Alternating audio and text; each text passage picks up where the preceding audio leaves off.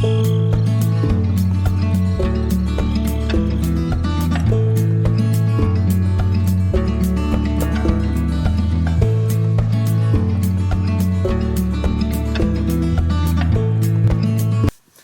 wait to fire up my forge, so I'm going to start putting this together. I guess that's the way that goes. And I'm going to put the refractory cement on, hopefully today, because that takes 12 hours to cure, and that'll give me till tomorrow before I can fire up the forge, and then I have to, from my understanding, cure the crucible. You want to preheat the crucible at I think reduced temperature. I'm going to have to look that up. I don't want to lie to you, but some people don't pre-treat the crucible and some do.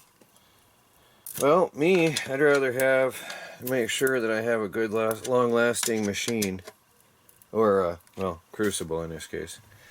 So there's the handle, much better. Now I don't have to touch that. That is, every time you press on it, it crushes down, and really I don't want to mess with it at all either. So now I'm going to leave that.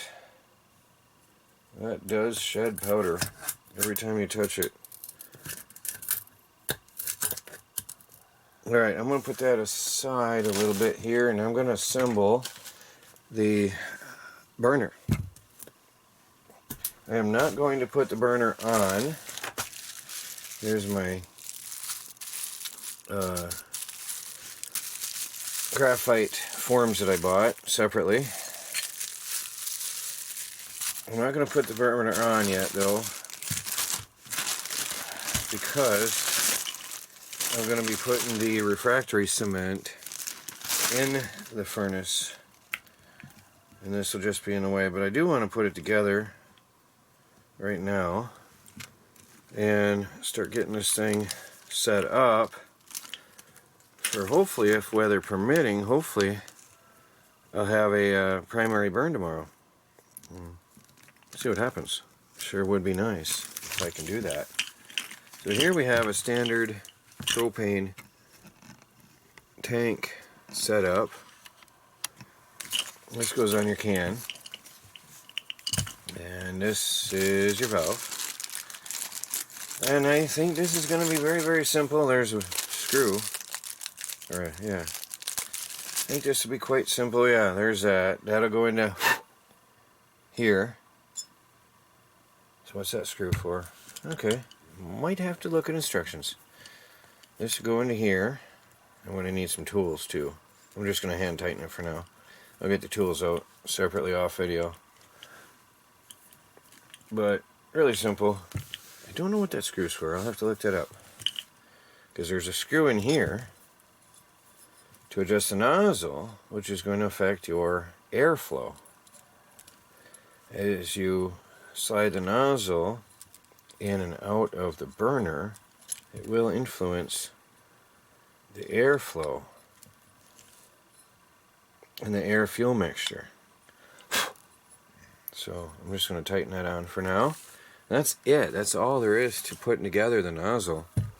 I've got my refractory cement here, and a bowl and a spoon and some protective gloves. I'm going to prepare the stove, the furnace, today. Hope the wind's not too bad.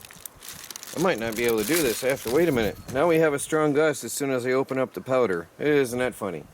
So I want to prepare the furnace. Nature has been quite unkind to my work table recently, but this is what I've got. I think I'm going to do this in 2 batches. I don't know how much is in here. I think I will do it in 2 batches.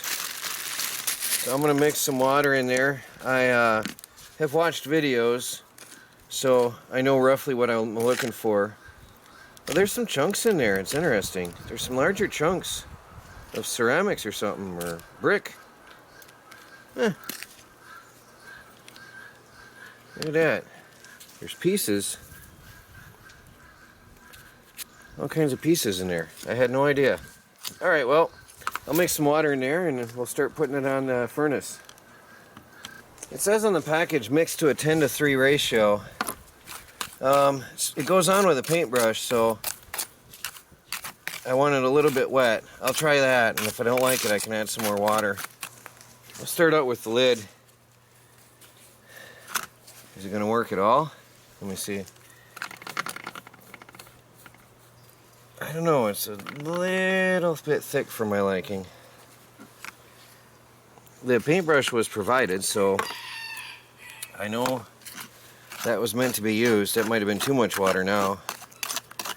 Now I put too much water, isn't it funny? I can add more powder. Actually, I like that.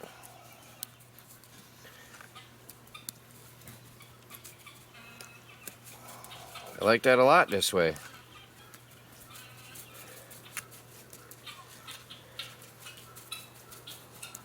And it seems to be going on thick enough.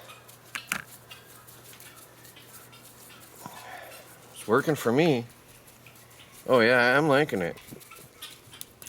Now I see a lot of people had issues with some of their stoves. I'm seeing some benefits of this stove already. I'm going to go over that in the final video. But I'm seeing some good things, like for example, this one has tabs to hold insulation in the lid. And a lot of people, they have to add screws or something afterwards. But I'm seeing definitely that they've put some thought into this thing when they made it. Yeah, that stuff is really sticks to, I mean, it's really light and fluffy, and it's like fiberglass, but worse. It sticks to everything you touch, and it powders up easily, that insulation. And you definitely don't want to be exposed to that. And it itches, believe me. If you touch anything, or any part of it to you, it itches. Now I've seen some people did not do the hole, the center hole. I am definitely getting that, because you're going to have a lot of flame coming out of here. I definitely want that treated. Alright, well I'm going to finish this up. I'm going to get in the way of the camera, but it's looking good. I keep mixing this with the brush. It really wants to thicken up as you go. You got to really thicken that, or work that, and then get it on those side walls. I don't think I'm going to be able to very easily show you while I work, because I'm going to want to lay this sideways to paint that on. Well, that was very messy, very messy. I had a tiny little bit left. I threw it in the bottom. I'm going to go ahead and put the fire brick in there now and let that cure in there, because when it's hardened, it'll probably be brittle. So I'm going to go ahead and do that next. Well, I got cement on everything. My pants, my clothes, my coat, my hands, my camera. I got cement on everything. All right. Now, it's warm and windy out now, so I'm going to leave that. Oh, you didn't see me. Sorry about that. I got the fire brick in there. I think I'm going to wipe the rim of this while it's still workable. Squish that down a little, or I won't be able to get the lid of the furnace on. It is water soluble when it's fresh, so you can still clean it up with water. I'll give this stove a wipe down when I'm done, all the way around. And I want to tamp that down a little so that it's not in the way. I'm using my glove that I was wearing and just basically wetting it and pressing that down, because I lifted it up some when I was pressing the cement in. I've raised the sides up too high, and I'll never get my lid on. Well, there you go. I cleaned the rim of this all the way around with a wet glove, and pressed it down to the level it's supposed to be. There's a little bit of an indentation there. And then I did the same thing here so that that's flush all the way around. So I'll be able to fit the lid to the furnace. Now I have to wait 12 hours, and this is the hard part, waiting. Over here in the greenhouse, I've got a bucket where I'm gathering all kinds of aluminum. Every type of aluminum scrap I can find. There's drink cans, there's a piece to my truck, there's a piece to an old cake dish, and I'm getting ready. Gonna find all the aluminum I can get around this property for smelting, making my own coins. There's even a ham container is aluminum. You'd be surprised the things you find made out of aluminum when you start looking. Hey guys, well, it's been about a week now, I think, since I put the refractory cement in the furnace, and you're supposed to do it above 70 degrees Fahrenheit, and it was not. And when I first took it in, I set it down on the floor, on a concrete floor in our house that is a secondary storage place, and not as warm. So it didn't cure forever. So I finally put USB fans on it, blowing on the top, to cure that and dry it. And it seems like I finally got it to the point where I'm ready to fire this thing.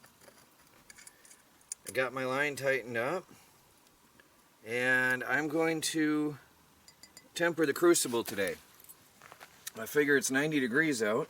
It's hottest, well, it's a record-breaking hot day. All the better to temper the crucible and run that in the heat. Okay, now I'm going to put the crucible into the furnace. I have the tongs that are provided. They are not the greatest, but they are what I have. And so I'm going to practice using them in here. It is a tight, close fit. So I get used to them, and when I get some extra cash, I'm going to buy proper tongs. Although with this size crucible, there's not much room there at all to play with. So, gas, I want to make sure gas is off. This is my first firing. Turn this on. I'm going to light. Yeah, there's not a lot of room in here, so I'm going to light the fire. I'll light a tissue on fire, try to get that in there, and then fire the propane up.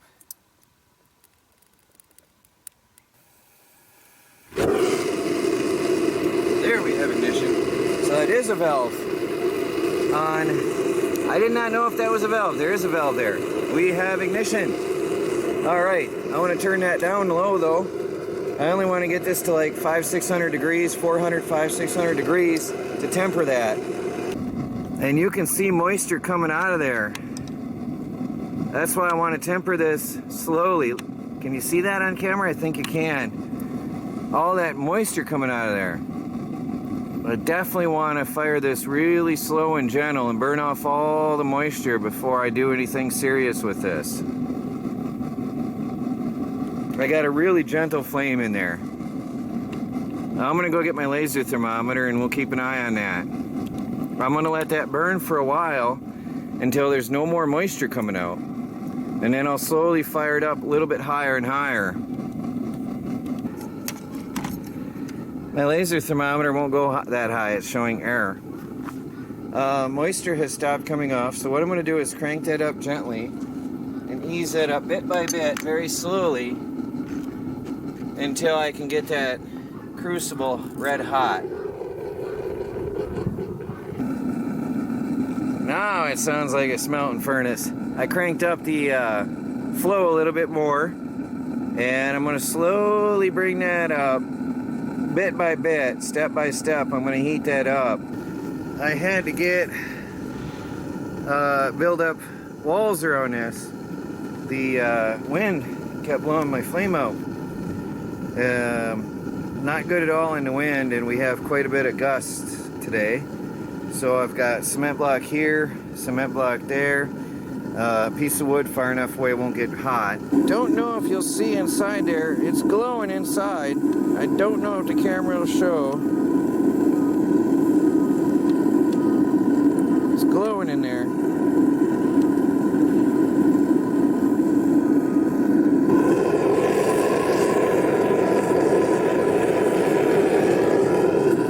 The crucible is starting to glow. I don't know if I can show you without burning my camera.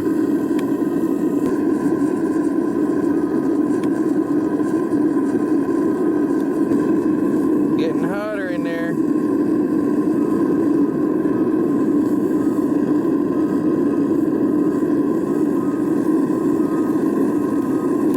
Inside of that furnace is hot.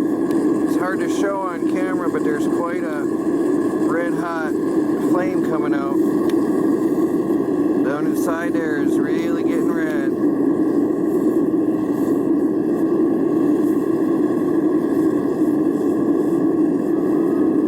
That's what I'm looking for right there.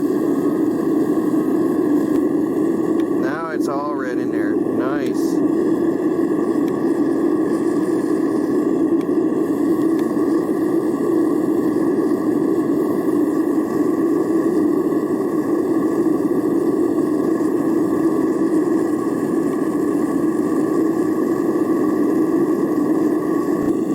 That's what I'm talking about. There's a nice even glow. You can see that from a distance now on the camera.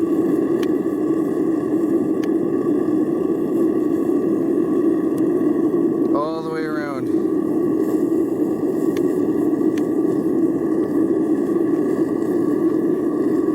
Nice even glow.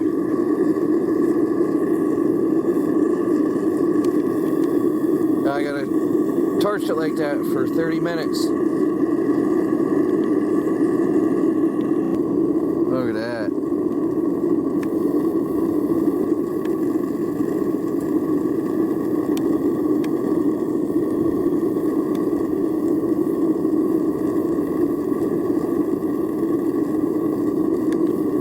I just killed the fire. Shut off the gas. It's still red in there though. Now I'm going to leave that overnight. I'm not going to touch anything all night long. I'm going to let that sit and cool down slow. And that'll be it for this day. Stay tuned till tomorrow. Well, the next morning, it was hot when I went to bed last night. I cannot believe, hours later. So, just checking things over. There's little hairline cracks here and there. And cement, but that's to be expected. That's going to deteriorate with every use. That turned an interesting color, sort of a whitish gray. And the crucible has absolutely changed color, but it isn't like the ones I see on videos. I've seen some crucibles that get all gunky looking after the first fire. This really looks fine. And you can see where the flame was coming out on it the most. Interesting. But it's got a weird coating to it. I'm not really going to touch it with my hands too much right now. The inside is still silvery gray, but a lighter gray from what it was. It's got a really interesting color now. Huh. Weird. Rusty on the bottom where it touched the fire brick. Well, this is my first fire, so, and I'm not familiar with this crucible, so it was all interesting to me. And there's some ash. Is that? I hope that isn't breaking down or anything. No. No cracks. So, looks like a pretty decent crucible. I had no idea. I have no knowledge of this type of crucible because it came with the furnace, so I have no idea what manufacturer or what the makeup, the contents of this crucible is. So it was all an experiment. But now we can fire it up and melt some metal. I can't wait. But for now, I'm going to get this video up to you. The fire brick cracked. Isn't that interesting? Look at that. Didn't expect that. Well, that's it for this video. This is ready to go. Stay tuned because I'm going to be melting some metal and making some ingots and coins. Please like this video. Subscribe if you haven't. Got some cool and exciting smelting videos to come. Also, for those of you who missed the intro video, and I'll put the link down below for you, whoever wants to see that, I have some copper ore from the mines up in Michigan, and I plan on smelting that in a separate crucible into pure copper and making coins. That is going to be cool.